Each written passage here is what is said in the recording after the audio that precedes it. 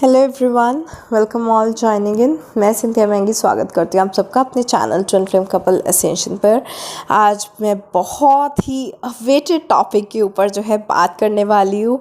I think इस topic के ऊपर मुझे पिछले साल से ही रिक्वेस्ट आ रही है कि मैम इसके ऊपर वीडियो ज़रूर बनाओ, तो आज उसी के बारे में बात करेंगे। आज का हमारा टॉपिक है soul purpose of divine masculine. Divine masculines का सोल पर्पस क्या होता है, सोल मिशन क्या होता है। एंड मैंने अपना जो एक पीएचडी का रिव्यू पेपर भी पब्लिश किया था, तो उसका टाइटल भी था that understanding the soul mission of twin flame through the concepts of Brahma Kumaris. Okay, तो ये वाला पेपर आपको गूगल पर भी मिल जाएगा, अगर आप इसको सर्च करेंगे तो ये इंटरनेशनली पब्लिश हुआ हुआ है।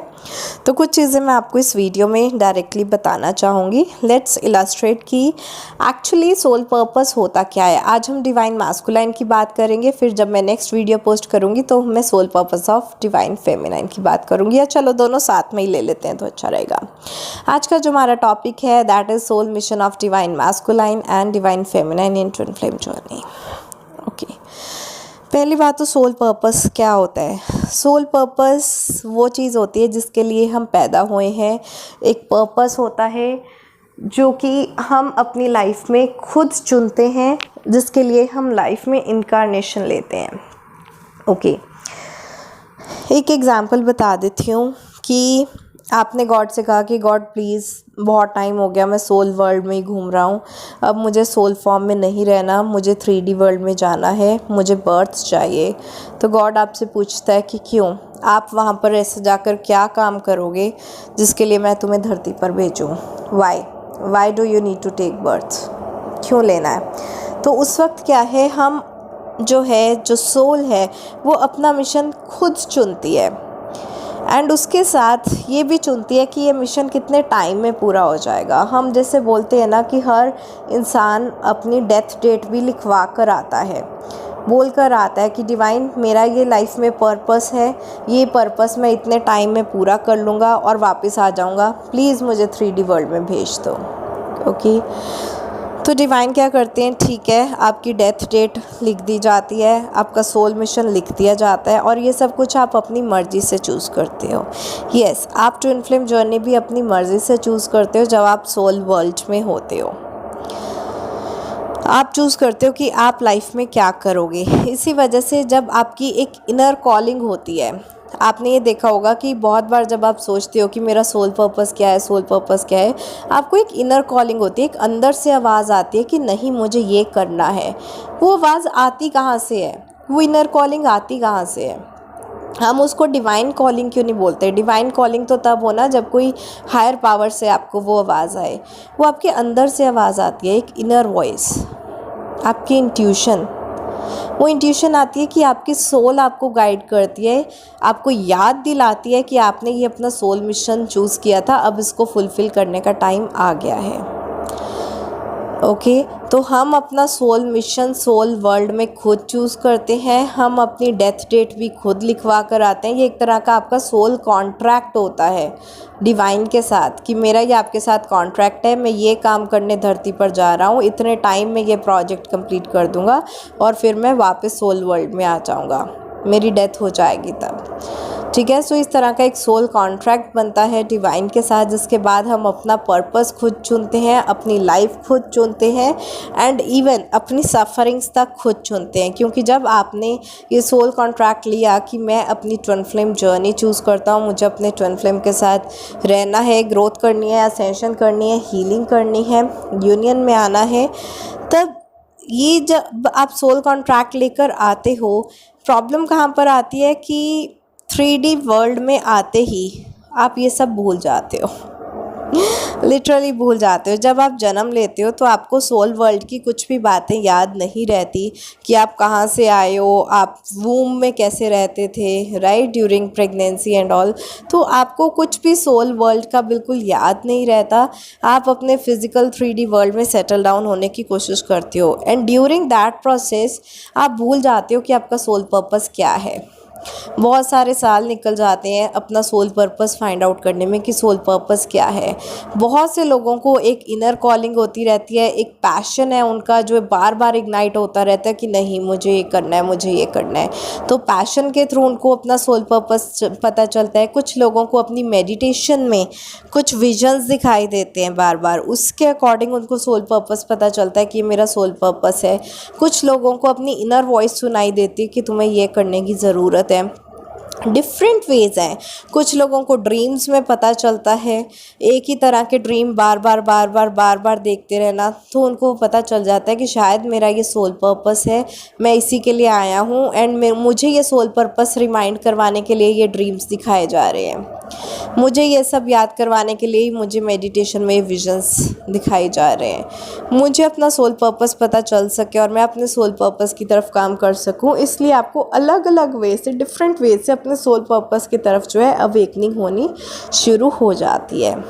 ठीक है, now coming to the part कि सोल पर्पस डिवाइन मैस्कुलाइन का क्या होता है। आपको एक चीज़ पता है कि डिवाइन मैस्कुलाइन की सबसे बड़ी प्रॉब्लम अपनी ट्विन फ्लेम जर्नी में होती है कि उसका जो थ्रोट चक्र है वो ब्लॉक होता है, वो कम्युनिकेशन में सबसे ज़्यादा प्रॉब्लम क्रिएट करता है। अगर डिवाइन मैस्कुलाइन्स इफ़ेक्टिवली कम्युनिकेट कर पाएँ, ईज़िली अपनी सारी बात अपनी डिवाइन फेमिनाइन को बता पाएँ, तो ना डिवाइन फेमिनाइन हर्ट हो, ना डिवाइन फेमिनाइन क्लैरिटी की वेट करती रहे, और दोनों बातचीत करके अपना लड़ाई झगड़ा भी सुलझा लें। तो सबसे बड़ी प्रॉब्लम क्या है डिवाइन मैस्कुलाइन की कि उनका थ्रोट चक्र ब्लॉक रहता है, उनकी कम्युनिकेशन जो है सबसे बड़ी प्रॉब्लम है। और यही प्रॉब्लम जो है ये ज़रूरी होती है उनके सोल मिशन के लिए। डिवाइन मैस्कुलाइन्स का सोल मिशन होता है कि they are the messengers of peace. वो दुनिया में आते हैं लोगों को इनर पीस का रास्ता बताने के लिए कि आप अपना इनर पीस कैसे फाइंड आउट कर सकते हो। और जब तक कोई इंसान खुद अपना इनर पीस ना फाइंड आउट कर ले, तब तक वो दूसरे को कैसे हेल्प कर सकता है। ठीक है, अब अगर मुझे मैथ्स आता होगा तभी तो मैं मैथ्स की टीचर बन पाऊँगी, अगर मुझे साइंस सब्जेक्ट आता होगा तभी तो मैं साइंस बच्चों को पढ़ा पाऊँगी, राइट। इसी तरह से डिवाइन मैस्कुलाइन्स तब तक मैसेंजर नहीं बन पाते पीस के जब तक उन्होंने अपना इनर पीस खुद ना अचीव कर लिया हो। और ये अपना इनर पीस अचीव करने के लिए सबसे बड़ी हेल्प उनको करता है उनका थ्रोट चक्र जो कि ब्लॉक रहता है। तो जब बाहर पूरा क्योस है, इधर से थर्ड पार्टी चिल्ला रही है, उधर से डिवाइन फेमिनाइन चिल्ला रही है, वो बोल रही है इसको निकालो, वो बोल रही है उसको निकालो, बहुत इनसिक्योरिटी है, बहुत जेलसी है, अलग ही तरह के झंझट हैं, और डिवाइन मैस्कुलाइन ऑलरेडी अपनी 3D वर्ल्ड की ब्लॉकेजेस में फंसी हुई हैं। दुनिया, समाज, लोग क्या कहेंगे, पैसा, नाम, शोहरत, दौलत, ये सब चीज़ें। जब डिवाइन मैस्कुलाइन इतनी चीज़ों में फंस जाता है, हर तरफ से ट्रिगर्स ही ट्रिगर्स, ट्रिगर ही ट्रिगर, और थ्रोट चक्र ब्लॉक होने की वजह से बोल किसी को पाता नहीं है, किसी के साथ अपनी प्रॉब्लम नहीं शेयर कर सकता। उस टाइम पर divine masculine starts to connect within. वो अपने खुद के साथ कनेक्ट करना शुरू कर देता है, अपने खुद के अंदर झांकना शुरू कर देता है कि कौन सी चीज़ें उसको ट्रिगर कर रही हैं, कौन सी चीज़ें उसको हील कर रही हैं, क्या उसको अच्छा लगता है, क्या उसको बुरा लगता है। वो अपना एक सेल्फ रिफ्लेक्शन वाले मेडिटेटिव मोड में चला जाता है कि बात मैं किसी से कर नहीं सकता, किसी को समझा नहीं सकता, कोई समझेगा नहीं, और मैं क्या करूं, मैं इतना ज़्यादा स्टक हूं। तो इसी स्टक एनर्जी में वो अपना इनर काम, वो इनर पीस अपने खुद के अंदर तलाशना शुरू कर देता है कि अब अगर मुझे इन सब सिचुएशन से निकलना है, the only way out is to go within. I am repeating this line, the only way out is to go within. अगर इस सब सिचुएशन से निकलना है तो तुम्हें अपने अंदर झांक के देखना पड़ेगा। तो उसी अपने खुद के साथ कनेक्शन बनाने के चक्कर में वो क्या है, अपना इनर पीस की अचीव कर लेते हैं स्टेट। ओके, अपने थ्रोट चक्रा को एक्टिवेट करने की कोशिश करते हैं, स्पिरिचुअल डायमेंशंस को टैप इन करने की कोशिश करते हैं। और ये जो थ्रोट चक्रा है ये गेटवे होता है आपका स्पिरिचुअल असेंशन का। तो आपके स्पिरिचुअल पाथ जो हैं डिवाइन मैस्कुलाइन्स के वो खुलने लगते हैं, और थ्रोट चक्रा जो है वो पीस का सेंटर भी होता है। तो जिन भी लोगों की लाइफ में बिल्कुल भी शांति नहीं है, स्ट्रेस बहुत ज़्यादा है, उनको बहुत ज़्यादा थ्रोट पेन रहता है या किसी तरह का फ्रोज़न शोल्डर रहता है, सर्वाइकल पेन्स रहती है नेक में, तो इस तरह के इश्यूज़ रहते हैं। लेकिन जैसे जैसे ये डिवाइन मैस्कुलाइन अपना इनर वर्क करना शुरू करता है, अपने खुद के साथ कनेक्ट करना शुरू करता है, अपना इनर पीस वो अपने अंदर ही पा लेता है, एक ब्लिस की एनर्जी में आ जाता है, खुद से कनेक्शन बनाने के टाइम पे वो गॉड से कनेक्ट करना शुरू कर देता है। इस तरह से जो है डिवाइन मैस्कुलाइन की हीलिंग जर्नी स्टार्ट होती है।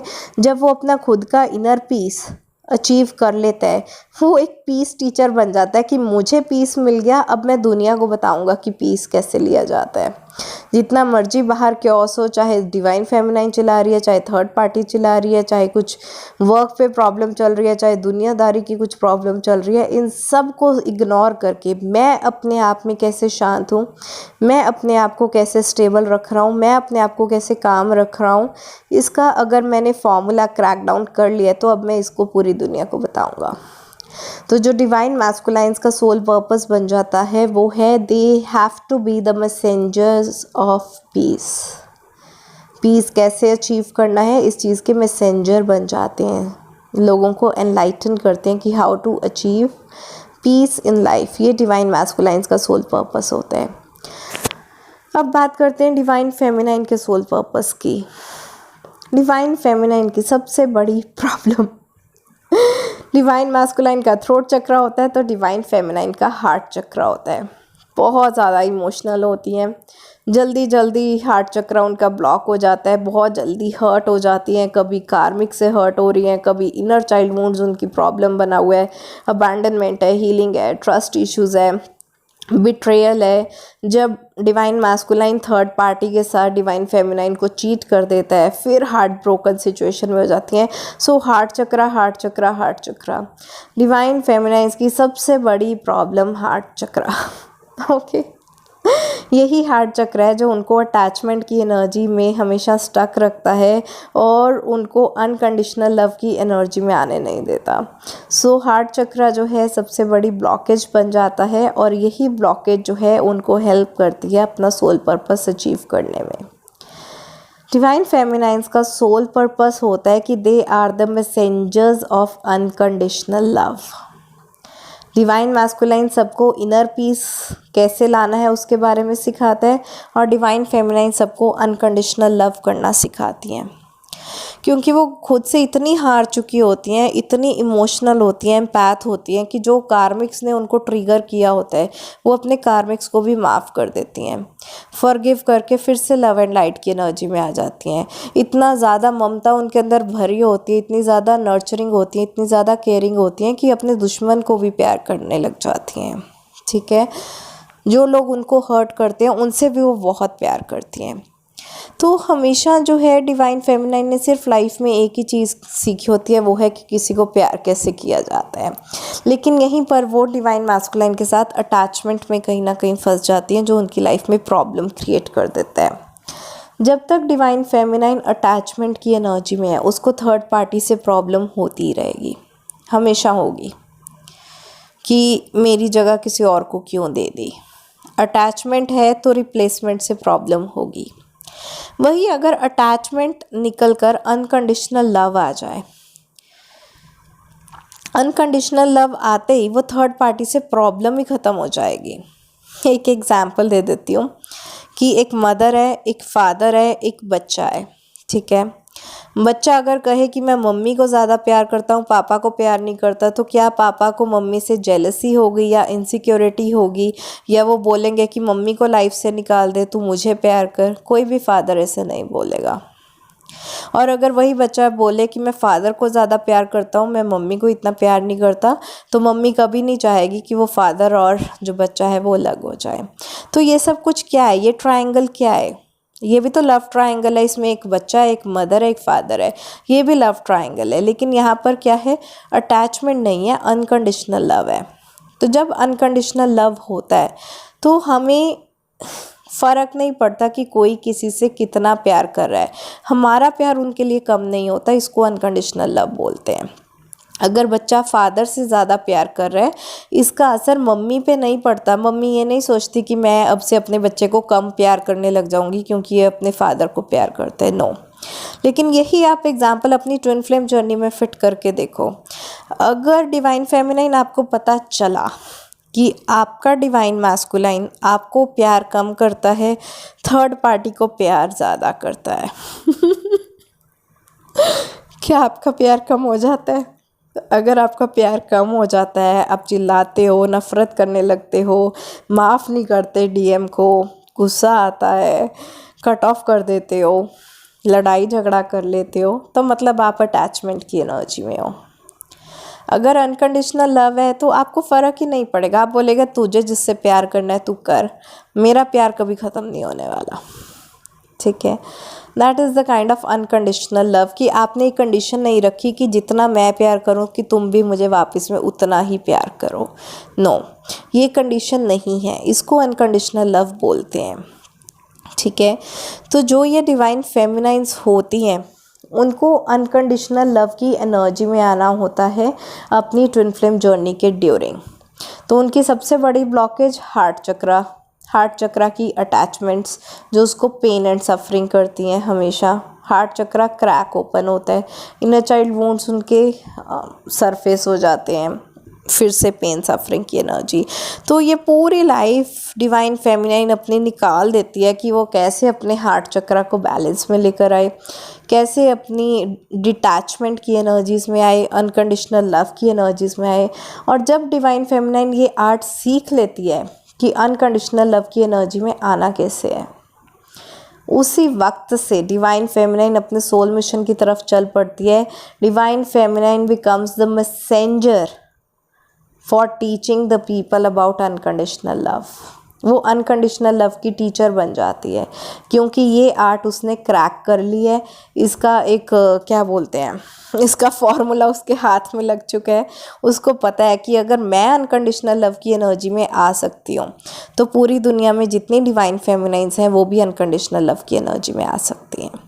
तो उसी पल से डिवाइन फेमिनाइन अपनी साथ वाली जो डिवाइन फेमिनाइंस हैं उनको हेल्प करने के लिए इस रास्ते में जुड़ने लग जाती हैं। यही उनका लाइफ में सोल मिशन बन जाता है, to teach the people about unconditional love. और जो डिवाइन मैस्कुलाइन है वो इनर पीस को टीच करते हैं कि इनर पीस अपनी लाइफ में कैसे लाएं। सो जो ट्विन फ्लेम जर्नी का जो मिशन बन जाता है वो ये है कि they become the messengers of piece and unconditional love. और जिस टाइम पर पूरे वर्ल्ड में अनकंडीशनल लव एस्टैब्लिश हो जाता है, एक पीस एस्टैब्लिश हो जाता है, it leads to the establishment of paradise. Paradise बोलते हैं स्वर्ग को। ये पूरी धरती ही स्वर्ग बन जाती है जब आप अपनी सारी नेगेटिव एनर्जी से बाहर आ गए, आपने अपने अंदर एक पीसफुल एनर्जी रख ली और अनकंडीशनल लव रख लिया। जब भी हम गोल्डन एज की बात करते हैं, सतयुग की बात करते हैं, सतयुग में और अब में क्या फ़र्क है? इस चीज़ का फ़र्क है कि पहले सब लोग बहुत मिलजुल कर प्यार से अनकंडीशनल लव की एनर्जीज में रहते थे। कितना पीस था, कोई लड़ाई झगड़े नहीं थे एक दूसरे के साथ। ठीक है, कोई ऐसे आर्मीज़ नहीं थी, कोई वॉर नहीं हो रहा था, ऐसा कुछ भी नहीं था। कोई लड़ाई झगड़े नहीं, कोई लूट मार नहीं, कोई चोरियाँ नहीं, कोई किडनैपिंग नहीं, कोई क्राइम ही नहीं। उसको गोल्डन एज बोलते हैं। सो इस तरह का एक इनर पीस होता है, पूरा एक वर्ल्डली पीस होता है कि पूरे वर्ल्ड में पीस आ जाता है। एंड इसके साथ साथ पूरे वर्ल्ड में अनकंडीशनल लव आ जाता है, एक सोल लेवल की ट्रांसफॉर्मेशन हो जाती है। तो ये जो ट्विन फ्लेम्स हैं, divine masculine and divine feminine, ये दोनों मिलकर जो शिवा शक्ति हैं, ये धरती पर पैराडाइज जो है गोल्डन एज एस्टैब्लिश करने का मीडियम बनते हैं। They are here to establish paradise on earth. They are here to bring about the establishment of golden age। सतयुग लाने का काम करते हैं, सबको प्योर बनाकर, क्योंकि वो खुद प्योरिटी एंड डिविनिटी के रास्ते पे चल पड़ते हैं, खुद अनकंडीशनल लव की एनर्जी में आ जाते हैं, खुद जो है इनर पीस को अचीव करना सीख लेते हैं। So this is what becomes the soul purpose of this twin flame journey. Divine masculine इसमें अपना रोल अदा करता रहता है, डिवाइन फेमिनाइन अपना रोल अदा करती रहती है, एंड दोनों मिलकर जो है ये पूरी धरती का उद्धार करते हैं एंड गोल्डन एज को, सतयुग को जो है एस्टैब्लिश करते हैं दुनिया में। इसी चीज़ के ऊपर मैंने अपना रिव्यू पेपर इंटरनेशनली पब्लिश किया हुआ है। उसका टाइटल मैं रिपीट कर रही हूँ, आपको अगर लिख कर रखना हो तो आप लिख लो। Understanding the soul mission of twin flames in establishing the paradise by the concepts of Brahma Kumaris.